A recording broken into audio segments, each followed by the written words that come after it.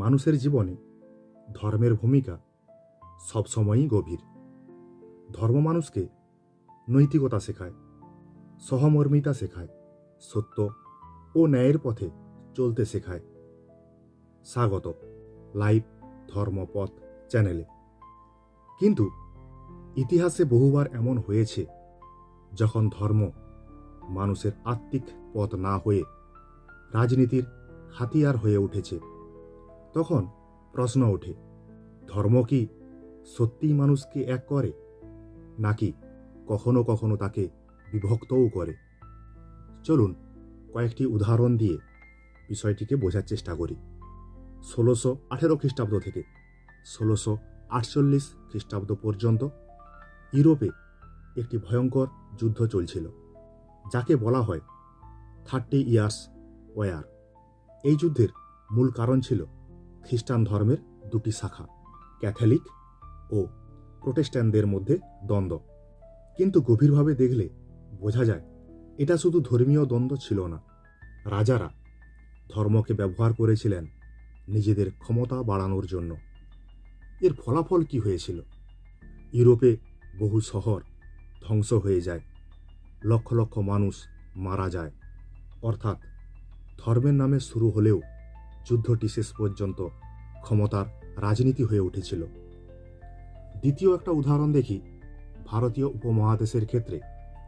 1947 সালে যখন ব্রিটিশরা ভারত ছেড়ে চলে যায়, তখন ঘটে পার্টিশন অফ ইন্ডিয়া।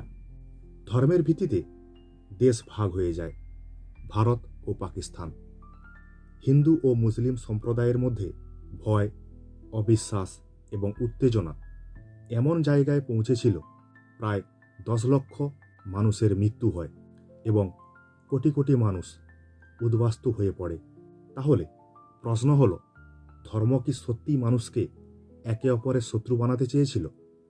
না, ধর্মের মূল শিক্ষা কখনো ঘৃণা নয়, বরং সমস্যা শুরু হয় তখনই যখন রাজনীতি ধর্মীয় পরিচয়কে ব্যবহার করে মানুষের আবেগকে উস্কে দেয়।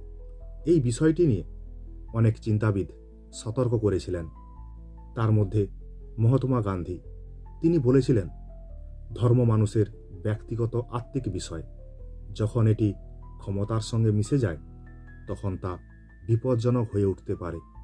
আজকের পৃথিবীতেও আমরা প্রায়ই দেখি কোনো রাজনৈতিক দল বা নেতা ধর্মীয় পরিচয়কে সামনে এনে সমর্থন জোগাড় করার চেষ্টা করে, কারণ তারা জানে ধর্ম মানুষের হৃদয়ের সঙ্গে যুক্ত। যখন সেই আবেগকে রাজনীতির সঙ্গে মেশানো হয়, তখন মানুষ যুক্তির চেয়ে অনুভূতির ভিত্তিতে সিদ্ধান্ত নিতে শুরু করে। কিন্তু এখানে আমাদের একটি বিষয় মনে রাখা দরকার, ধর্মের আসল উদ্দেশ্য মানুষকে বিভক্ত করা নয়, বরং মানুষের ভিতরে নৈতিকতা ও মানবিকতা জাগিয়ে তোলা। যদি ধর্ম আমাদেরকে অন্য মানুষের প্রতি ঘৃণা শেখায়, তাহলে হয়তো সেটি ধর্মের শিক্ষা নয়, বরং রাজনীতির ব্যবহার। ইতিহাস আমাদের একটি কঠিন সত্য শিখিয়েছে, যুদ্ধ শুরু হলে শুধু ঘরবাড়ি ভাঙে না, শহর ভাঙে না, তার আগে ভেঙে যায় মানুষের বিশ্বাস।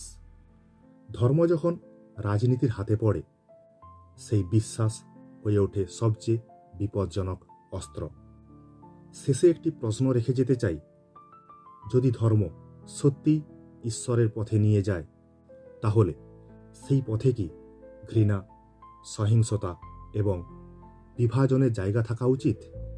হয়তো উত্তরটি আমাদের প্রত্যেকের ভিতরেই আছে।